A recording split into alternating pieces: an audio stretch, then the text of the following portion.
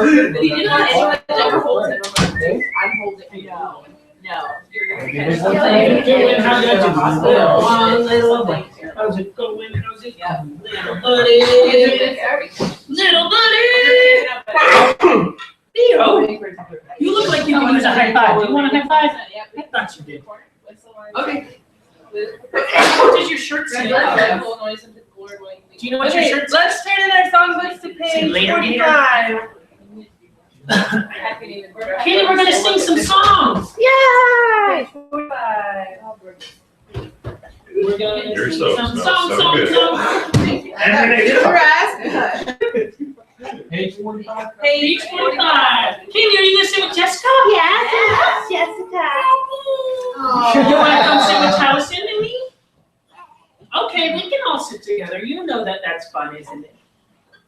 Okay, everybody. Hey. Okay, we're gonna sing Count Your Blessings. Yay!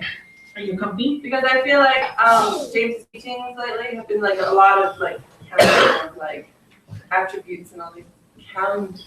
Go to math. You guys get sick of the parallels. Feel free to teach. What are the differences? Go perpendicular. You want to? Okay. Shall we? Ladies in the back, okay. Okay. I'm gonna start. When I'm falling love's Billows, you are tempest tossed. When you are discouraged, thinking all is lost, count your many blessings, name them one by one, and it will surprise you what the Lord hath done. Count your blessings, name them one by one. Count your blessings, see what God has done. Count your blessings, name them one by one. Count your many blessings, see what God has done. So amid the conflict, whether great or small, do not be discouraged, God is over all.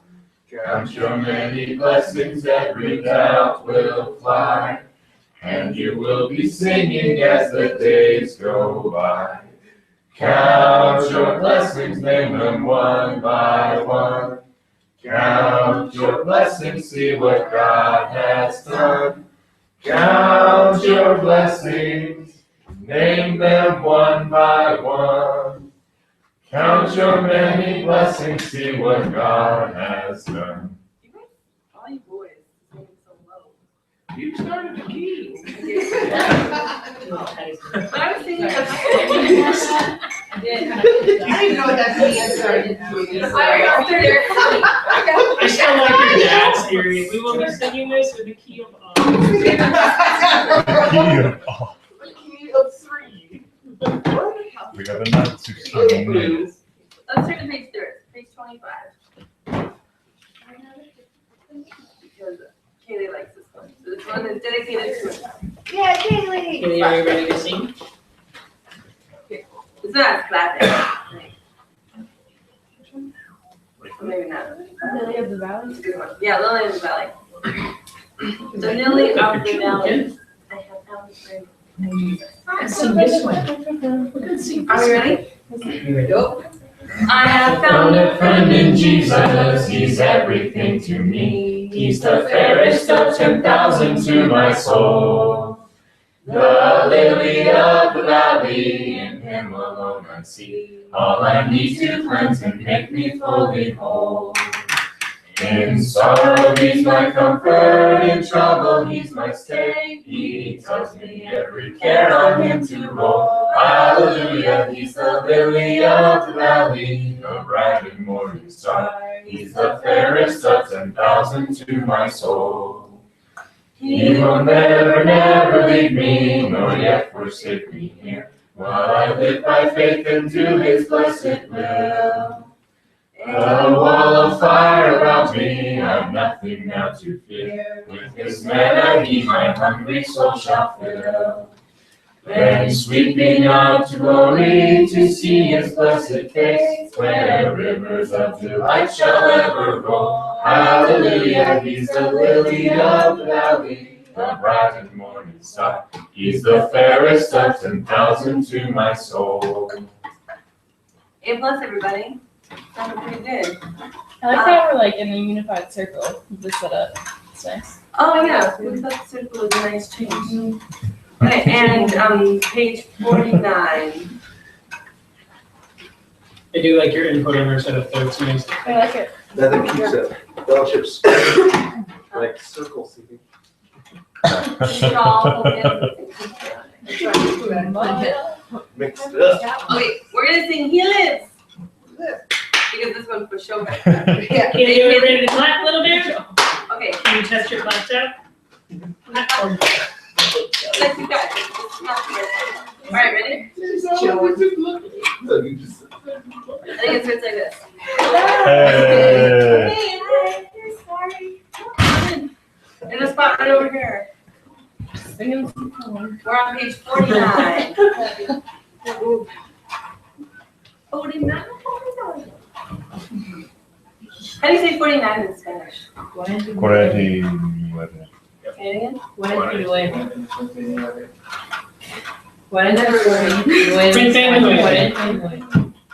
Okay, well, No. we're on that page. Yeah.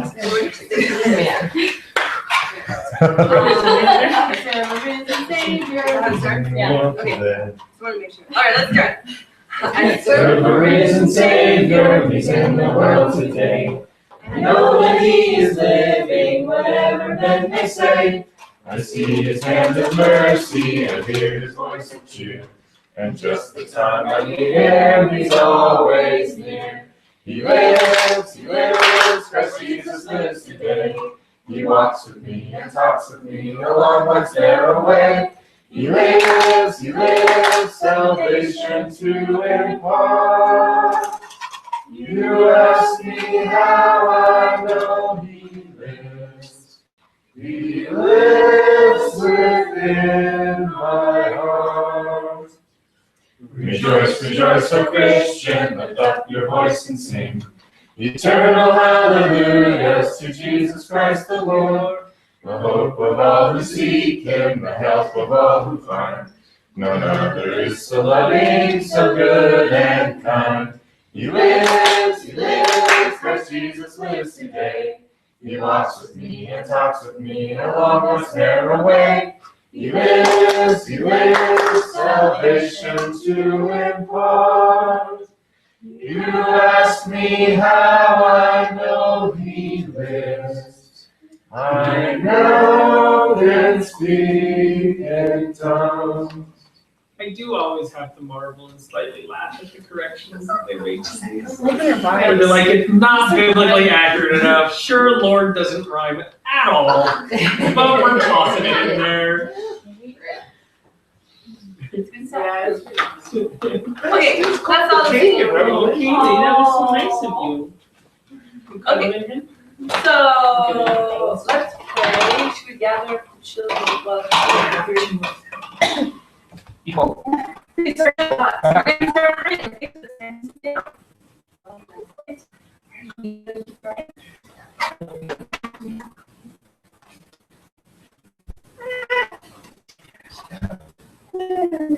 Yeah, do you want to come sit by me? On this good bed.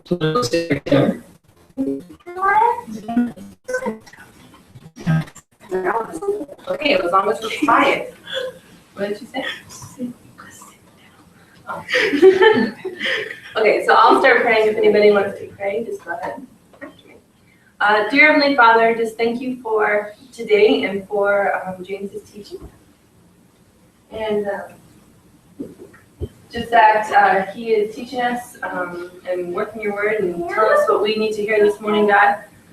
Just thank you that we have open ears and open hearts to receive your word. And God, we're so thankful for everybody who comes here to this fellowship, and just, God, thank you for blessing their lives and showing them how to live peaceably and how to have abundance in their lives, and just how to be, close to you, God, and working on their relationship with you. And so I'm just so thankful to have this network of like-minded believers around us, and all of us working towards, having a closer relationship to you, God. So, and also, God, thank you for these vegetables that we've inherited, and that we can grow them and have fruit and be able to share the fruits of those vegetables with everybody here.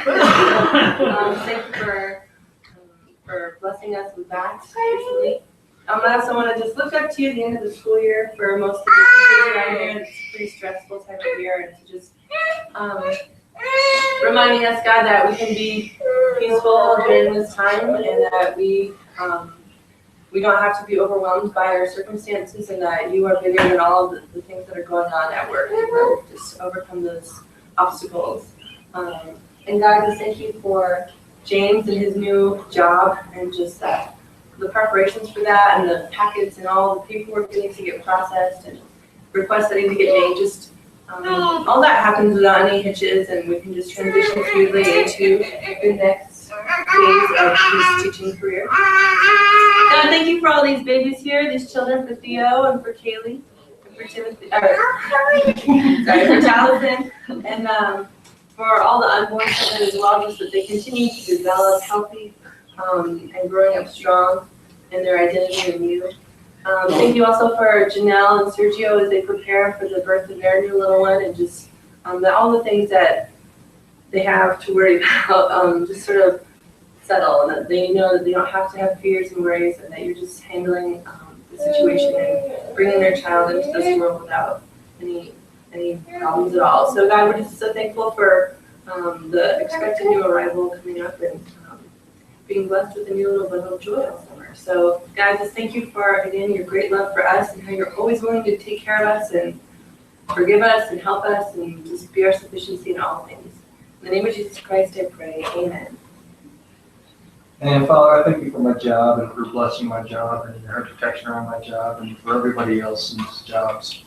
And that, we can just remember that you're a God of sufficiency, and that you can teach us how to do our jobs better and glorify you in the work that we do. Always remembering that, the work that we do is an example of being an ambassador for you, and that we should remember that as we work hard to lead to the Lord. I just thank you for that, Father, and, just for being there in all facets of life for us, and knowing that we don't have to have fear, that we can just throw it on your shoulders and just chill and move forward, and, not have to be anxious or worked up or have any doubts or anything. You're God of comfort. And we can remember that day more and more every day. In the name of your Son, Jesus Christ. Thank you for the upcoming camps, for the Colorado camp that you just bless everybody that's going, that it's just a wonderful time for everybody, from the little kids to the old people. And Father, thank you for just smoothness for people's rides and plane tickets, and that everything can come together very, very easily, and that it was just a really great camp where we glorify you. And God also lifts up the Chicago camp, that there's just housing for the people that need it, and for the right deals, and just for everybody that needs to be there and wants to be there, God, that you just swing open those doors, so it's just a wonderful time we can hang out. In the name of Jesus Christ, amen.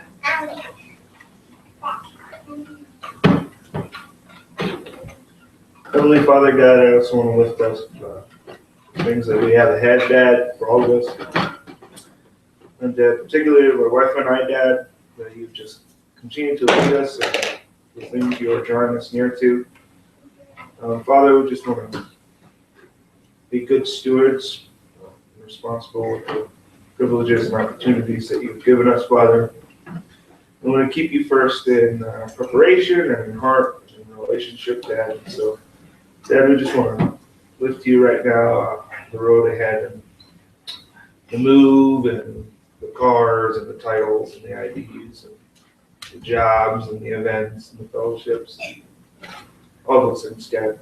So, Dad, you are our sufficiency, and so we thank you for looking upon us favorably, Father, and then leading and instructing and guiding us to your perfect will. We just request that, and we thank you for your goodness. In the name of Jesus Christ, amen.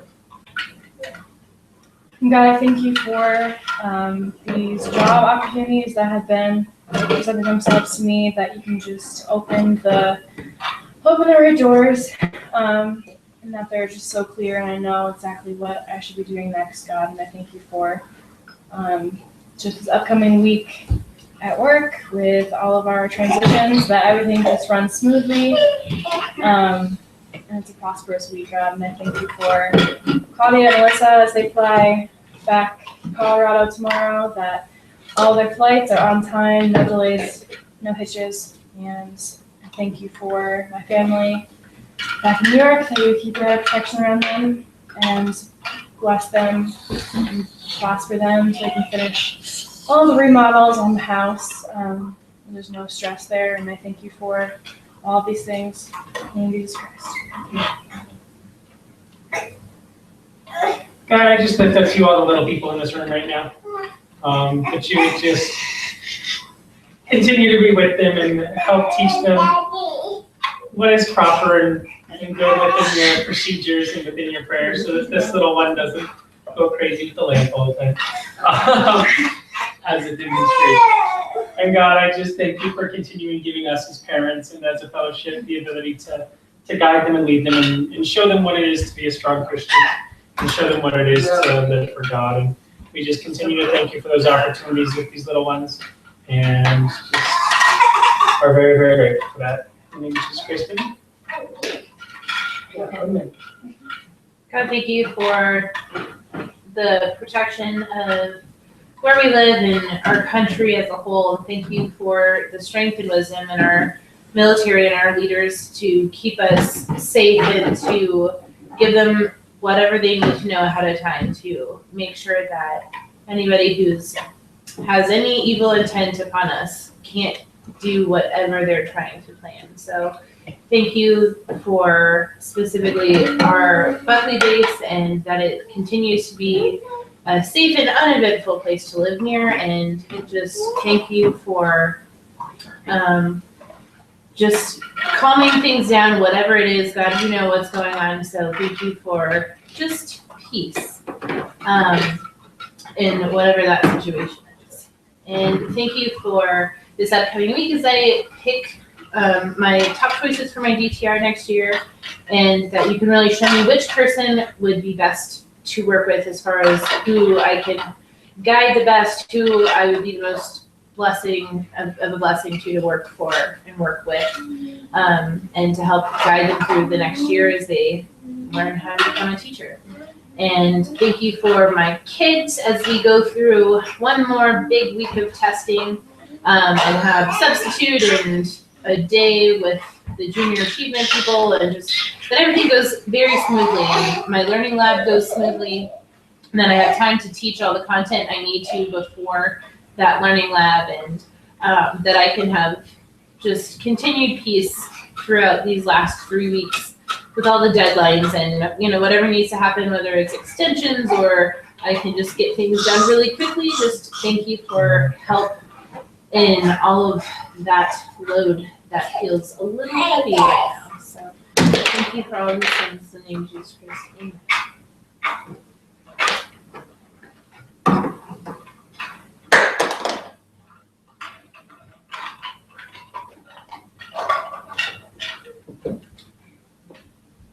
Kristen, will you please speak in tongues and interpret?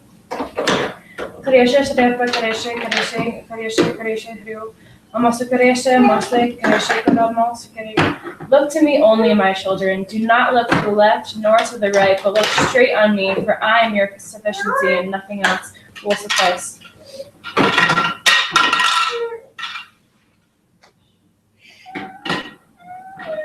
Timothy, word of prophecy. Stand tall, my little ones, for you are a great and powerful people, for I have made you to be.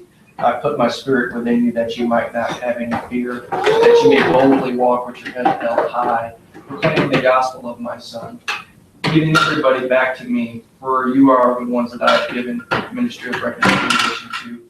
You are my ambassadors, my little ones, so go out there shining as the bright lights I've made you to be. And just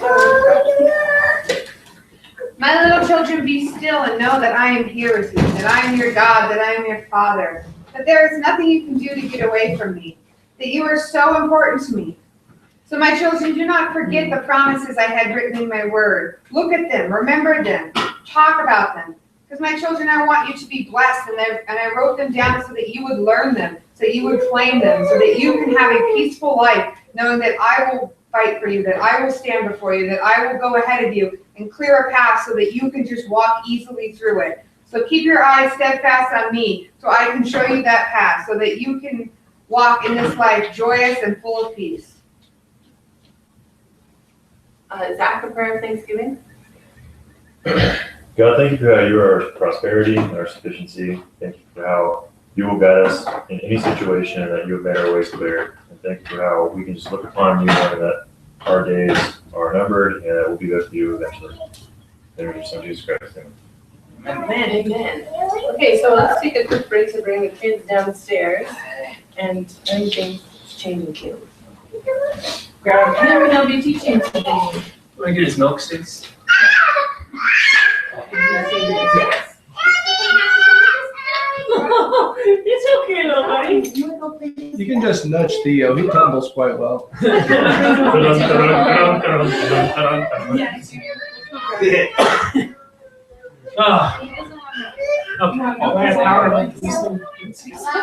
And water. No. We'll bring both. Both. Both.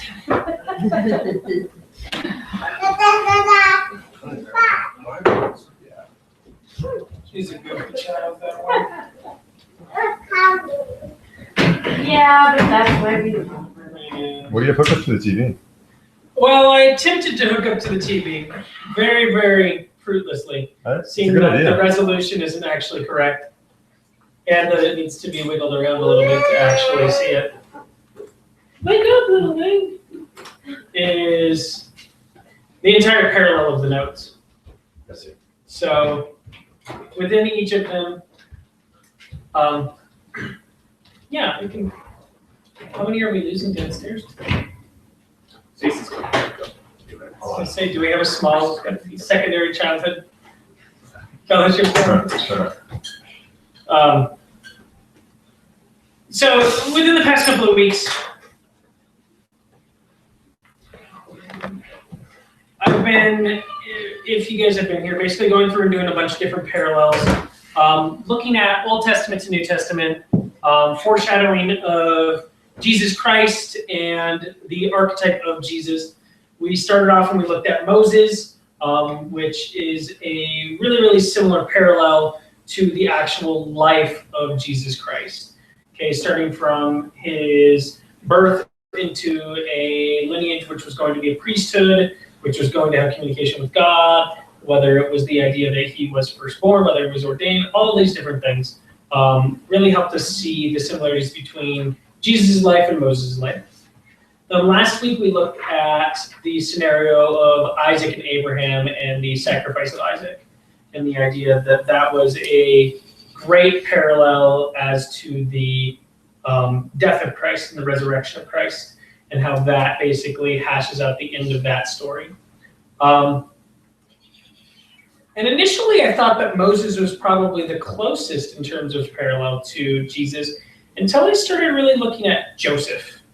And Joseph is the next character that we're going to kind of be looking at, and we're going to look into that. And we're going to see some similarities. Once again,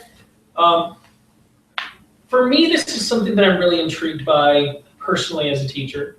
Just looking at the idea that the Old Testament is so perfectly aligned with the New Testament. And the idea that continuously we're told in the New Testament that it was prophesied that this was going to happen, that it was shown that Jesus was going to come, that we already should know it, all of these different things. And these characters in the Old Testament really help to solidify that knowledge and help us to see where that comes from. Also the idea that it's showing that because they are types of the Messiah, or types of the Christ, it's once again another figure that we can go and research and look to see how they acted in scenarios so that we can live that life true to God the same way that Jesus did. Are we going to focus so people can see the TV? I was going to, but I don't know if it really matters. It's kind of really small and hard to read. I'm not gonna look at it. I don't think anybody is. I think if anything, it's just going to give me a headache. That's okay. Should we just turn it We off? can put it like slightly blurry or something. Yeah, let's turn it up. Well, the resolution It was is a nice from the monitor idea. to the TV down the line, probably, because they're haters.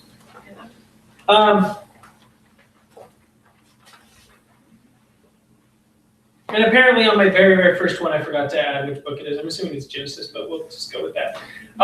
So the story of Joseph starts typically in Genesis 37. So if everybody wants to turn to Genesis 37, that's pretty much where you guys are going to live in this whole grand scheme of things. And then as we filter through, we're going to kind of add some parallels.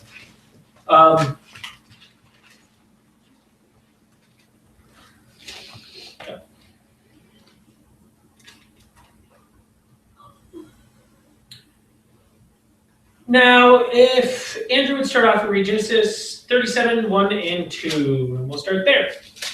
Genesis 37, verse 1 and 2. Jacob dwelt in the land wherein his father was a stranger, in the land of Canaan. These are the generations of Jacob. Joseph, being 17 years old, was feeding the flock with his brethren, and the lad was with the sons of Bilhah, and with the sons of Zilpah, his father's wives, and Joseph brought unto his father their evil report. First off, I'd like to applaud you in your pronunciation of many of those names. But what is somebody who is around the age of 17 feeding flocks with his brethren? What do we call that person? What is that profession? A shepherd. Okay. Once again, we can look and we see that Abraham was a shepherd. Moses was a shepherd. Joseph is a shepherd. Jesus is a shepherd. It's kind of like God kept it consistent throughout the entire Old and New Testament. Good for them. If ever you guys are at any point like, where does it talk about Jesus being a shepherd? John 10 and 11, it states, I am the good shepherd. The good shepherd giveth his life for his sheep. Set it up right there, kids.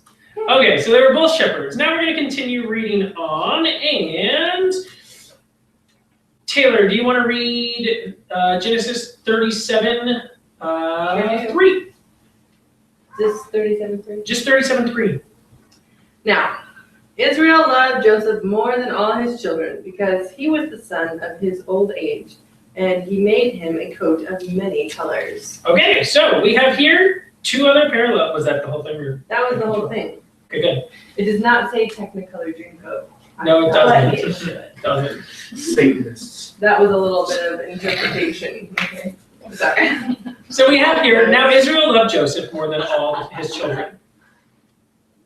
If we look in the New Testament, we see, this is my beloved son in whom I am well pleased. We have the idea that each of them is loved, basically beloved by their father. And then we have in Genesis 37 part B. 37 part B. Yeah. So it's 37:3 part B, so the end of that section. Because it starts off now, Israel loved Joseph more than all his other children. You can continue reading that if you would, Tim. For sure. Because he was the son of his old age, and he made him a coat of many colors. Okay, son of his old age. Once again, jumping to the New Testament, we see in, actually it's the Old Testament prophecy. What? In Isaiah 53:2, it states, he, the Messiah, shall grow up before him like a root out of a dry ground. So the idea that each of these children were born out of something that wasn't supposed to be as fertile as it was. Okay, when you look at Joseph, Joseph was born of old age from his father. When you start to look at the Messiah or Jesus, Jesus Christ was born out of a time of basically desolation and corruption. So each of them is born out of what is considered to be a dry root, which is kind of cool. Continuing on. Joe, will you read Genesis 37:4? And when his brethren saw that their father loved him more than all his brethren, they hated him, and could not speak peaceably unto him. Okay, does this sound pretty familiar? Because it should, because in Mark 15 we have, and the chief priests had delivered him for envy. And in John 15 we have, and they hated him without a cause. Okay, each person beloved of their father, because they are beloved of their father, the others within their family hated them. Haters gonna hate. Haters gonna hate. Taylor Swift's gonna sing about it.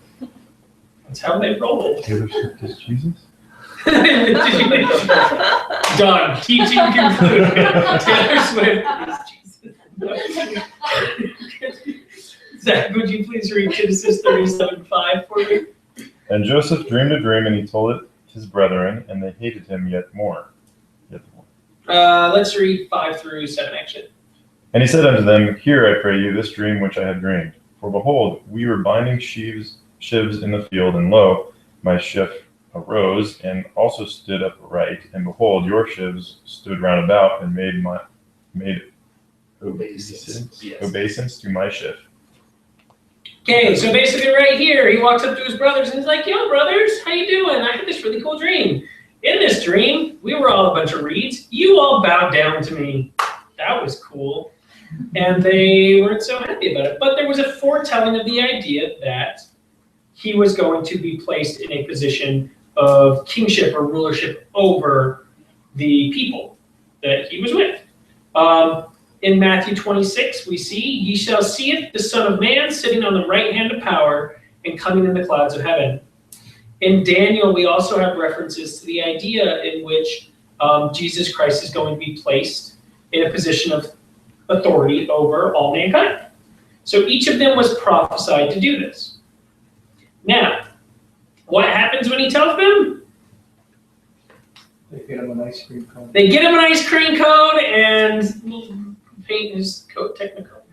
No, so 37, 4, and 5. Tim, would you read more? Whoa, yeah, Timothy. I can call you Tim. Timothy, would you read that for me? 4 and 5? Yeah. And when his brethren saw that their father loved him more than all his brethren, they hated him and could not speak peaceably unto him. And Joseph dreamed the dream, and he told it to his brethren, and they hated him yet the more. Okay, cool. So we have, once again, a repetition here because it actually has two different parallels. One is the idea of him being placed as a sovereign leader over his people. As well, we see the idea that when he actually spoke the things in which he saw, his brethren didn't believe him.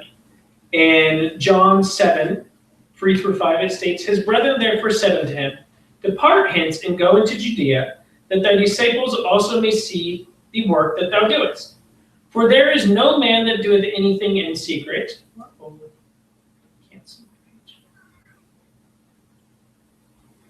And he himself seeketh to be known openly. If thou do these things, show thyself to the world, for neither did his brethren believe in him.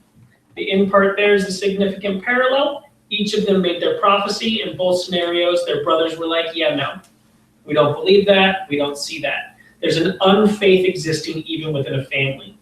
It's the idea that if you were to walk up, and this kid isn't like he's 5 years old. Like Joseph is 17, he's an actual adult. And he comes to them, and they know that there's some sort of a divine spiritual significance within their family. If they didn't, they would be just oblivious to everything that's happened. Okay? They're pretty close to the original lineage of what's going on here. And he says that he had this dream that was given to him, and using unfaith, his own family disbelieves in him. Kind of sad.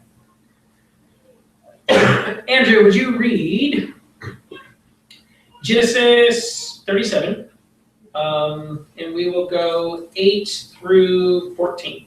And there's no parallel here. I just figured we should read it because we're going through. Okay. And his brethren said to him, Shalt thou indeed reign over us, or shalt thou indeed have dominion over us? And they hated him yet the more for his dreams and for his words. And he dreamed yet another dream, and told it to his brethren, and said, Behold, I have dreamed a dream more. And behold, the sun and the moon and the 11 stars made obeisance to me. And he told it to his fathers, to his brethren, and his father rebuked him and said unto him, What is this dream that thou hast dreamed? Shall I and thy mother and thy brethren indeed come to bow down ourselves to the earth? And his brethren envied him, but his father observed the same.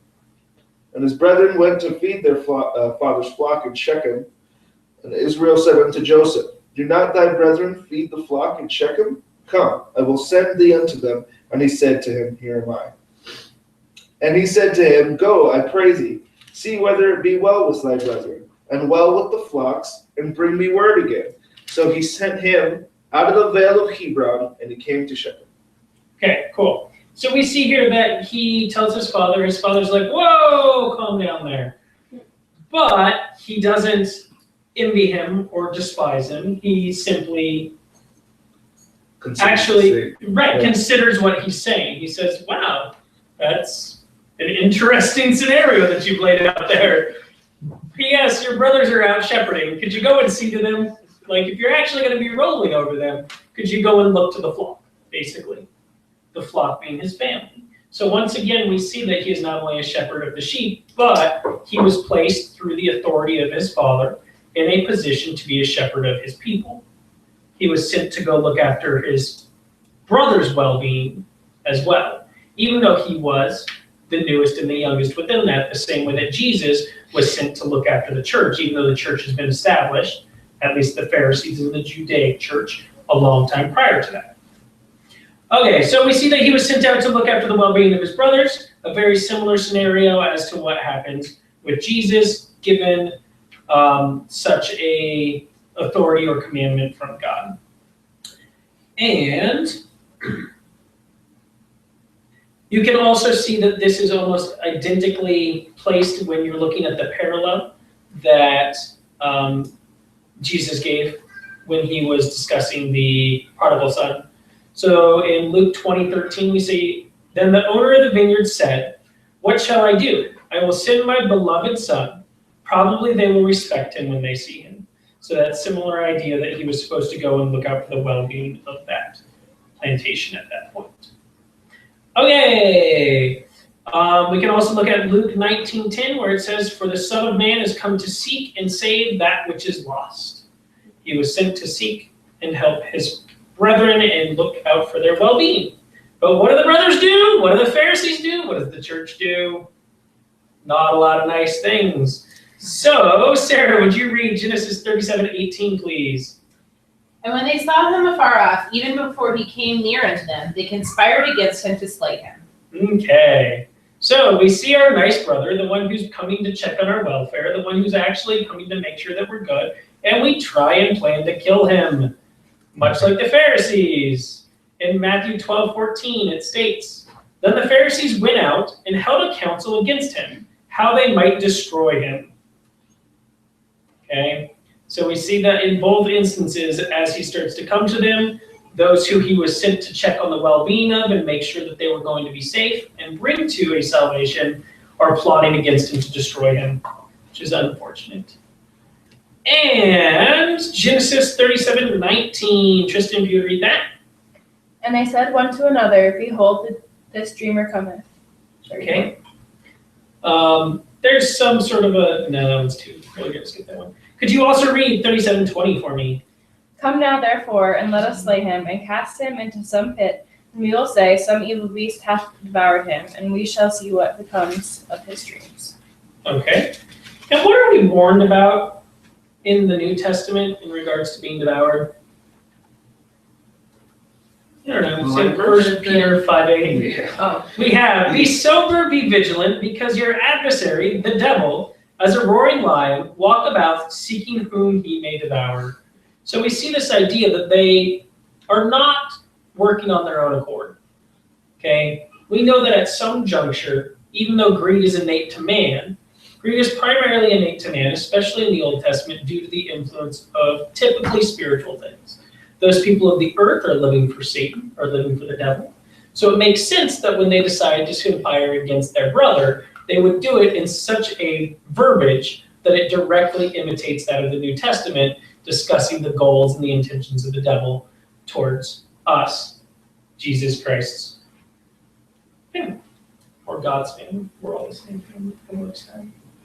Okay, so we then also have Timothy, would you read 37:21? And Reuben heard it, and he delivered him out of their hands and said, let us not kill him. Okay. So we see here that all of the Pharisees in the New Testament were conspiring to kill Jesus. They all had a plan for it. They all had an initial goal. They were going to have Jesus trapped and killed in some way, shape, or form. Here we see that the majority of Joseph's family was conspiring, well, his brothers conspiring to kill him. Okay? Except for one that came out and basically was like, whoa, let's not kill him. how about we don't? Okay, now, Andrew, actually, can I call on some of your background knowledge? Sure. Who is Reuben? Reuben's firstborn out of the 12. Okay, and what's the significance of that? Reuben, being the firstborn, has inherited more rights than the rest. So he's more important, pretty much, because he's the firstborn. He gets 2/3 of the inheritance, while the rest of them get 1/3. He gets the authority privileges of the children, which means there's a hierarchy in the children. He's above them, and Okay. everybody's under. A similar scenario is played out in the New Testament. When we start to look at Jesus and his crucifixion and his basically death, Pilate was actually in a position of authority above the Pharisees. Being given the decree from the Roman civilization, he was placed in a higher level of power to make decisions.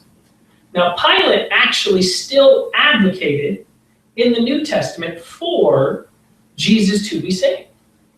Okay? He tried a variety of different things. First off, he was like, how about we just beat him? How about we do that? And they were like, no, crucify him. He was like, how about we crucify Barnabas? They're like, no, kill him. He was like, well, my job is done here. So, similar thing happens here. We see a person who is in a position of greater authority than his subjects, not living up to the authority which he was given, and not properly protecting that which God had sent to his people. Okay? Because did Reuben actually get listened to? The answer is no, as we will see in 37, 22, and 23, if Zach would read that. And Reuben said unto them, Shed no blood, but cast him into this pit that is in the wilderness, and lay no hand upon him, that he might rid him out of their hands, to deliver him to his father again. And it came to pass, when Joseph was come unto his brethren, that they stripped Joseph of his coat of many colors that was on him. Okay, cool. We see that almost an exact parallel happens in regards to the actual scenario with Jesus Christ in the New Testament, in which they strip him and put a scarlet robe upon him. Here they actually stripped him of his scarlet robe, which is kind of interesting. Each of them was cast into a pit to a degree, one more metaphorical, the other one not so much. One for 3 days, the other one not for 3 days. Okay, so we see then they took him in 24, in Genesis 37:24, it says, then they took him and cast him into a pit, and the pit was empty and there was no water in it. We see in Matthew 12:40, it states, for as Jonah was 3 days and 3 nights in the belly of the great fish, so will the Son of Man be 3 days and 3 nights in the heart of the earth. Okay, so we have the 3 days, 3 nights. We also can reflect back to Isaac, there we go. And the idea that Isaac, as a figure, was dead for 3 days and 3 nights as they traveled to the sacrificial area. Now, Joe, if you would read 37:25 through 27. And they sat down to eat bread, and they lifted up their eyes and looked, and behold, a company of Ishmaelites came from Gilead with their camels bearing spicery and balm and myrrh, going to carry it down to Egypt. And Judah said unto his brethren, what profit is it if we slay our brother and conceal his blood?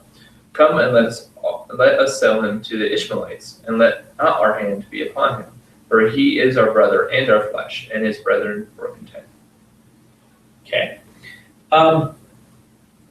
There's a flaw in my meticulous 10 pages of note-taking here. And I copy and paste the same verse, so I don't have the other one. But within this, in both cases, there's this hypocrisy within the unwillingness of the family to actually defile themselves. So we see here in verse 27, it says, come and let us sell him to the Ishmaelites, and let not our hands be upon him, for he is our brother and our flesh, and his brethren were content. If you look in the New Testament, the Pharisees didn't directly kill him. The Pharisees had the Romans do it. Okay?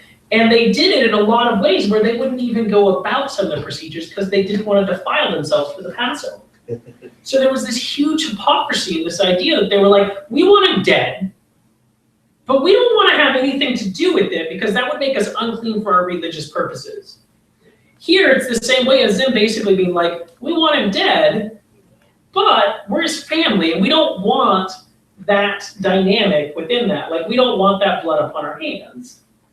So we see that direct parallel between the two. We can continue on also within that. Oh, that one's interesting. Okay. So in 37:26 again, it says, "And Judah said unto his brethren, what profit is it if we slay our brother and conceal his blood? Come and let us sell him to the Ishmaelites." Who sells out Jesus? Judas. Matthew 1:2. "Abraham begot Isaac, and Isaac begot Jacob, and Jacob begot Judas." Judas is the exact same name for Judah. So they're the exact same name. So when you look at who actually sold each of these people to either the Romans or to the Egyptians, it was Judas or Judah in both scenarios. A direct paralleling of the names. Okay. Seen that coming. I know. Come on, Jesus, it was obvious. So 37:28. Sarah, would you read that one for us? Then there passed by Midianites merchantmen, and they drew and lifted up Joseph out of the pit, and sold Joseph to the Ishmaelites for 20 pieces of silver, and they brought Joseph into Egypt. Okay, this one's a loaded scenario. First off, we have the fact that he came out of the pit alive. All right? Jesus, when he was crucified, was placed inside of his tomb, came out alive. Good, both of them come out of the pit alive. But even more deeply entrenched within this is the idea of the sale. So both were sold for the price of a slave. In the Old Testament, the price of a slave was 20 pieces of silver. That's how much they sold him into slavery for. In the New Testament, though, in Matthew 26:15, we see, "And he said unto them, What will ye give me if I will deliver him unto you?" They're talking to Judas. "And they covenanted with him for 30 pieces of silver, and from that time he sought the opportunity to betray him." In the New Testament, in Rome, the cost of a slave was 30 shekels of silver. So each of them was sold to or sold out for the price of that. Now, something that Andrew helped me look at for this, which is pretty cool also, is if you look in Leviticus 27:2 and 5, it states, "Speak unto the children of Israel and say unto them, when a man shall make a singular vow, the person shall be for the Lord by the estimation." There's a bunch of other stuff. "And if it be from 5 years old, even unto 20 years old, then thy estimation shall be the male 20 shekels, and the female 10 shekels. So the same cost of a slave in the Old Testament was the cost that basically you had to pay to take a vow as a Levitical priest. So even back then, when you were basically giving your tithe to the church to become a Levitical priest, you were accepting a servitude as a slave or a doulos within that scenario. So this 20 shekels or this 30 shekels and the actual process of paying to become that, both in the Old Testament for Joseph was significant, and in the New Testament, when we look at Jesus being paid, that was the point in which Jesus could truly claim to have a priesthood. Cool. Okay, yes it is. He had officially paid the price that it cost to become a servant of the Lord. That's the price that you have to pay, and you have to be within 5 and 20 to be dedicated to the Lord as a man. So it's like a duality going on. They sold him as a slave, but at the same time, it's the exact same price as somebody getting dedicated to God. And the Levitical priesthood. It's like he planned the whole time. Okay, sorry. I'm sorry, Zach, Yeah, you're good. but I'm long-winded. Do you want the notes? Should I send them Yeah, to you you? should. You should. It's pretty fun. Fine. Good luck. Don't get hurt. I gotta go beat people. It's crazy. There you Okay, how y'all doing? Faster, slower, good pace? go. Okay, cool. So, Genesis 37, 26, 27. Actually, Timothy, would you just read Genesis 37, 26 through 32. And Judah said unto his brethren, What profit is it if we slay our brother and conceal his blood? Come, let us sell him to the Ishmaelites, and let not our hand be upon him, for he is our brother and our flesh, and his brother nor content. Then there passed the Midianites merchantmen, and they drew and lifted up Joseph out of the pit, and sold Joseph to the Ishmaelites for 20 pieces of silver, and they brought Joseph into Egypt. And Reuben returned unto the pit, and behold, Joseph was not in the pit, and he rent his clothes, and returned unto his brethren, and said, The child is not, and I, whither shall I go?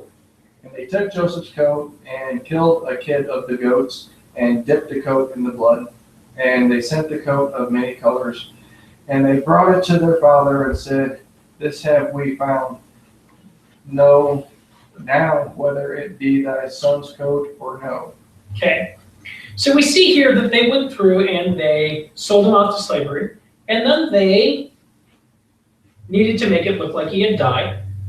So what did they kill? Kid of the goats. Kid of goats. Does anybody here know the origin of the term scapegoat? Is it this? It is basically this. It's actually Levitical. Dun dun dun. So within the Levitical law, it was stated that you were to kill a goat and sacrifice its blood as a sacrifice to the Father.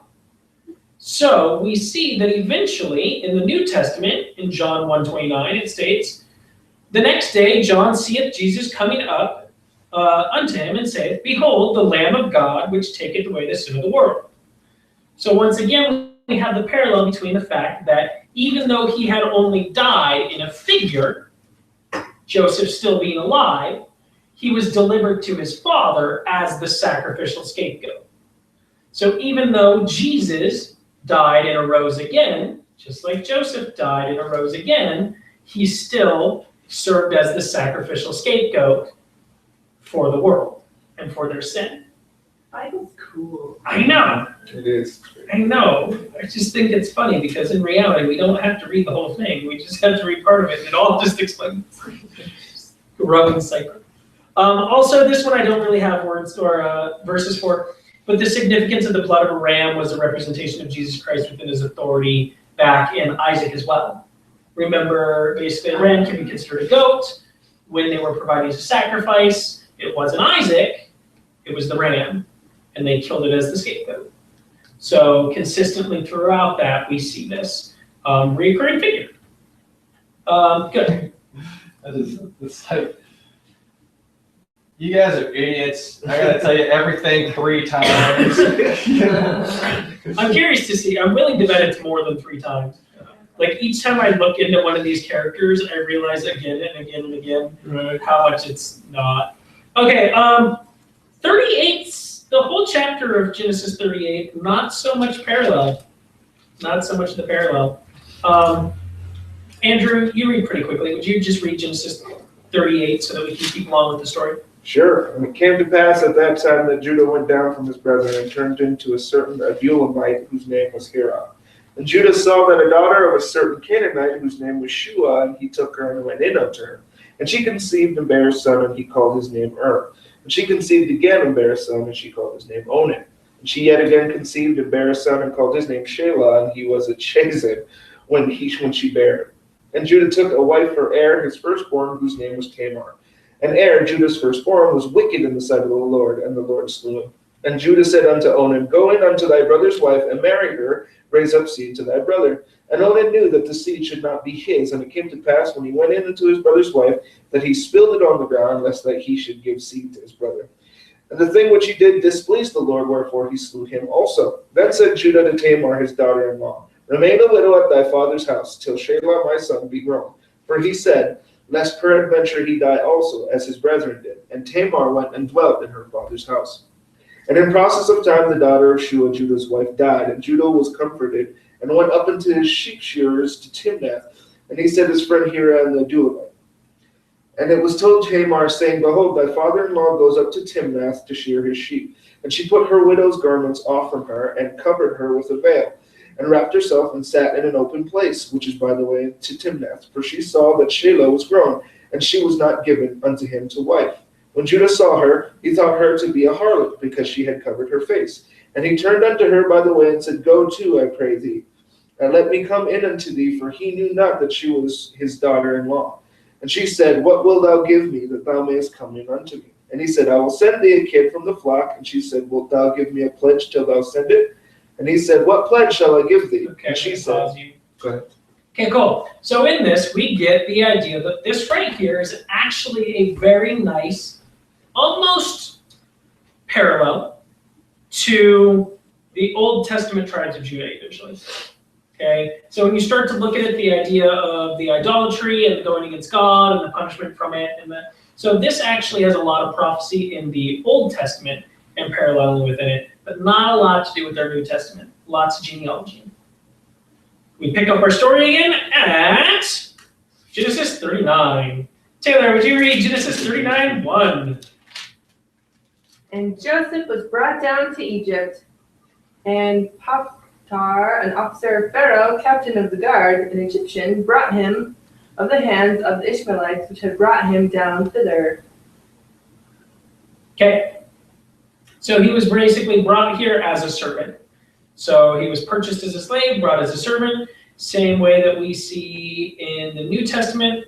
It states, but Jesus made himself of no reputation and took upon him the form of a servant and was made in the likeness of men. There we go, both of which come in there as a servant, not in a position of authority to their people. Now, Taylor, would you read 39:2-3? And the Lord was with Joseph, and he was a prosperous man, and he was in the house of his master the Egyptian. And his master saw that the Lord was with him, and that the Lord made all that he did to prosper in his hand. Okay, that sounds pretty familiar. We know that everything that God, or I should say Jesus did, God made Jesus to prosper. If we want, they even told us that that was going to happen in the Old Testament. In Isaiah 52:13, it says, Behold, my servant shall deal prudently. He shall exalt and extol and be very, very high. They're not talking about Colorado High. Either one, elevation or But we're talking about power and authority. So many parallels. Oh my God! It's so applicable to Colorado. So much high. Okay, so we see that each of them is prospering as a servant to their master. We see each of them is made to prosper through the will of God. Okay, they are not prospering on their own human goals. They are prospering by turning their eyes to God and following and doing exactly what he says. Good for them, being good servants. We can all take notes. Okay, Taylor, Genesis 39:4. And Joseph found grace in his sight, and he served him, and he made him overseer of his house and all that he had put into his hand. Okay, so we see here that he was placed as a position of a servant and eventually rose to the position to actually have authority over all of his house. John 8:29, we see, and he that sent me is with me. The Father hath not left me alone, for I always do those things that please him. So we see that we are in a position in which he is doing the things that please him. He was placed in authority to actually perform those. All is well. Stacy, would you read Genesis 39:5? So it was from the time that he had made him overseer of the house and all that he had, that the Lord blessed the Egyptian's house for Joseph's sake. And the blessing of the Lord was on all that he had in the house and in the field. Okay. So the blessing of the Lord was all those on the house and the field. In Isaiah 53:10, we see, Yet it pleased the Lord to bruise him. He hath put him in a grief. He shall see his seed. He shall prolong his days. And the pleasure of the Lord shall prosper everything in his hand. So we see that basically God placed him in that position. Once again, everything he does prospers because Jesus is doing the will of God. Joseph is doing the will of God. Of course they're going to prosper. And now we see, we can do that one. Timothy, would you read Genesis 39:6? And he had left all that he had in Joseph's hand, and he knew not aught he had. save the bread which he did eat, and Joseph was a goodly person and well favored. Okay, so the parallel here is Joseph was a goodly person and well favored. We know that in 1 Peter it says, but with the precious blood of Christ as of a lamb without blemish or without spot. So both of them are goodly people, both of them are favored. But it's also fun to realize here that he put so much trust in Joseph, knowing that Joseph was doing the things of his God. Joseph made that very clear that he was following the orders of his God, to the point that the only thing he actually cared about in his whole household was the bread that he ate each day. So he had nothing, like Joseph was doing nothing that wasn't in accordance to this man's will, basically. The same way that when we look at the New Testament, Jesus states, everything I do pleases my Father. And I come here through the will of my Father, not for me, but for him. Here, literally, the only thing that Joseph's master was having to deal with was just eating bread. Everything else, his servant had already taken care of. For God, God put the whole plan into action. God had everything that needed to lay out, and he just said, Jesus, go do it. And whenever Jesus needed help, he was like, well, here's what you got to do. But Jesus knew from studying the scriptures, from talking to God, everything that needed to be done and conducted here on earth, to the point where God didn't have to interfere on earth. Jesus just had to do what God had told him. Similar to the management of Potiphar's house. So that's good. Until, same thing that always happens. Joe, would you read, Joe. 39, 7 through 12, please. And it came to pass after these things that his master's wife cast her eyes upon Joseph, and she said, lie with me. But he refused, and said unto his master's wife, behold, my master wotteth not what is with me in the house, and he hath committed all he hath to my hand. There is none greater in this house than I, neither hath he kept back anything from me but thee, because thou art his wife. How then can I do this great wickedness and sin against God? And it came to pass as she spake to Joseph day by day, that he hearkened not unto her to lie by her, or to be with her. And it came to pass that about this time that Joseph went into the house to do his business, and there was none of the men of the house there within.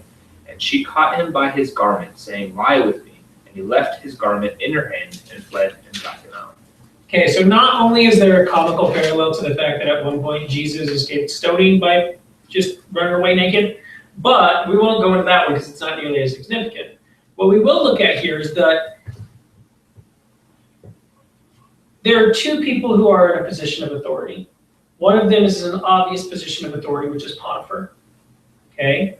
The other one is still in the same house, but has a different type of authority through that. God has current authority over all heaven and earth. But who has the actual power here on earth? The devil. The devil. So the devil separates Jesus from everybody, taking him into the wilderness to tempt him. Whereas here we see Potiphar's wife takes him away from God, or not God, but away from his master, and secludes him and begins to tempt him. So we see that each of them is tempted in isolation, and both of them flee from that without actually succumbing to that temptation. So each of them try to isolate each other. Each of them has power of some variety. It's not like Potiphar's wife didn't have power in the society. And they escape without that, even though it doesn't end up helping them because they are then also falsely accused. So Tristan, would you please read 39, 16 through 18? Sure. And she laid up his garment by her until his Lord came home. And she spake unto him according to these words, saying, The Hebrew servant which thou hast brought unto us came in unto me to mock me. And it came to pass, as I lifted up my voice and cried, that he left his garment with me and fled out. Okay, so we see false accusations in Matthew 26, 59 through 60. It says, Now the chief priests and elders and all the council sought false witness against Jesus to put him to death, but found none. Yea, though many false witnesses came, yet they found none. And last, there came 2 false witnesses. So we see here that They take up false testimony, they lie to get them in trouble. Happened in the Old Testament, happens in the New Testament. Sarah, would you read 39:19? And it came to pass, when his master heard the words of his wife, which he spake unto him, saying, After this manner did thy servant to me, that his wrath was kindled. Okay. So we start to see that his wrath was kindled, bad things are going to happen. Isaiah 53:7 states the exact same stuff is going to happen. He was oppressed and he was afflicted, yet he opened not his mouth. He is brought as a lamb to the slaughter, and a sheep before the shearers is dumb, so he openeth not his mouth. In both of these cases, neither of them tried to make a defense for themselves. Okay? Jesus, when he was actually said to make a defense, just remained quiet. Right here, we see that at no point did Joseph actually come forth and try to defend himself. He didn't be like, no, I didn't do it. Look, those are my clothes. She stole them. Okay? It wasn't anything like that. It was the idea that he had accepted that if this was the position in which he was placed in, this was the position he was supposed to be in. We obviously, yes. I was just saying, it's been 45 minutes. Yeah, so I gotta break up. I know I have to catch. No, that's fine. Thing. Should we pause? Can we continue later? Does anybody? Mind? I was just wondering, I wasn't. Will we I don't finish know if you up could this finish up, yeah, and Yeah, that'll work. Okay. Sorry, guys. It's been a while. I love this stuff. Okay. It's not that. I gotta feed my kid. No, I totally understand. So let's finish up this chapter. We got 4 more parallels here. Okay, so Genesis 39:20. Timothy, would you read that one for us? You went really quick, dude. Which one do you want me to read? 39:20. Okay. And Joseph's master took him and put him into the prison, a place where the king's prisoners were bound, and he was there in the prison. Okay, so we see here that he was taken and basically numbered with transgressors. Okay, he was placed in a similar position with prisoners who were also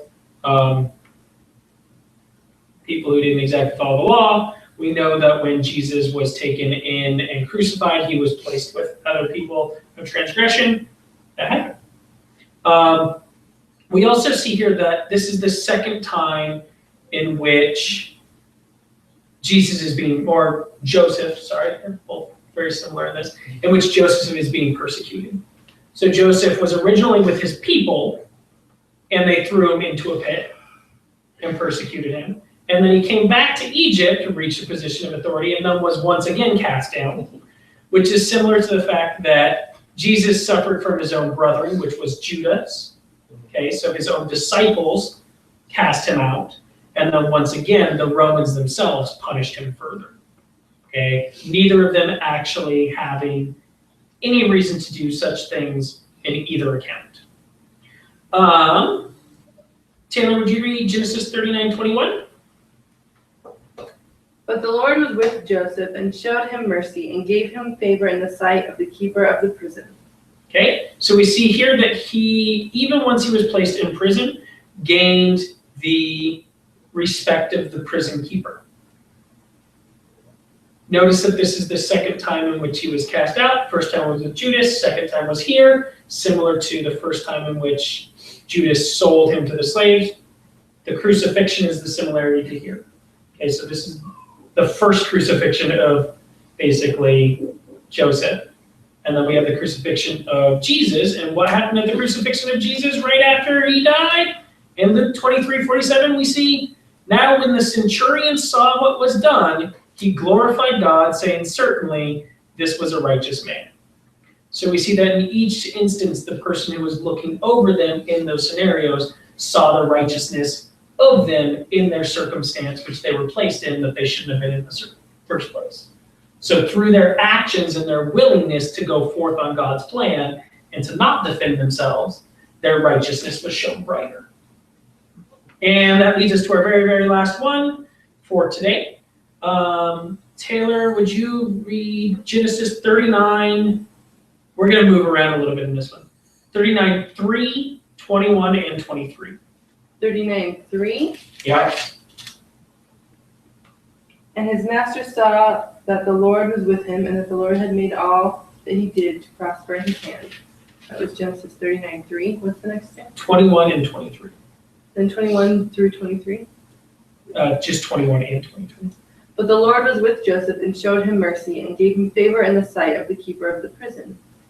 The keeper of the prison looked not to anything that was under his hand, because the Lord was with him. That which he did, the Lord made it to prosper. Okay, once again, we see even in his state of despair, he follows the hand of God. The hand of God makes everything to prosper. Similar to Acts 10:38, where it says, and everything he did prospered, and God was with him. So far we're on a good track. We see the parallels. We've gotten about halfway through this story. We can already see that there's about 30 almost direct parallels between the two. And potentially next week or the week after, if I'm not boring you guys with this sort of stuff, we'll finish down. Thank you, Thanks, James. James. Yeah, sorry, it's so long. We're not gonna ask you to sing. Well, like I said, if you guys having fun with it for another week. if you guys at any point get bored of this style of teaching, I can change it. I'm just really Don't intrigued by it because I think it's really cool. No, that's cool. I like it. Last week. Or maybe at the end of it, makes you wanna like just almost like close with like a prayer, just that we can like use these stories and this like paralleling it as an example, so we walk out in God's word, not just having more truth and knowledge about these stories, but to like have these men in our minds as great examples for how to walk in God's will and follow, these examples. And not that we need to go out and be part of the parables, because that would be ridiculous, but just, just maybe that. Looking to that and seeing what similarities we And can have. so, in terms of that being the big lesson, the overarching, the big idea. I think that is the lesson, is that Yeah. we get to parallel Christ. Yeah. And we see all these people paralleling Christ before him, Mhm. and we get to walk with him after. And so it's kind of like, oh, look, they did it because God was with them. Mhm. We can do it because God was with us. Good stuff, James. You should write a book. I'll release the Kraken. And thank you, Timothy, honestly, for giving me scope and sequence within what I'm doing. Yeah. I was kind of watching this time. Thanks, everybody.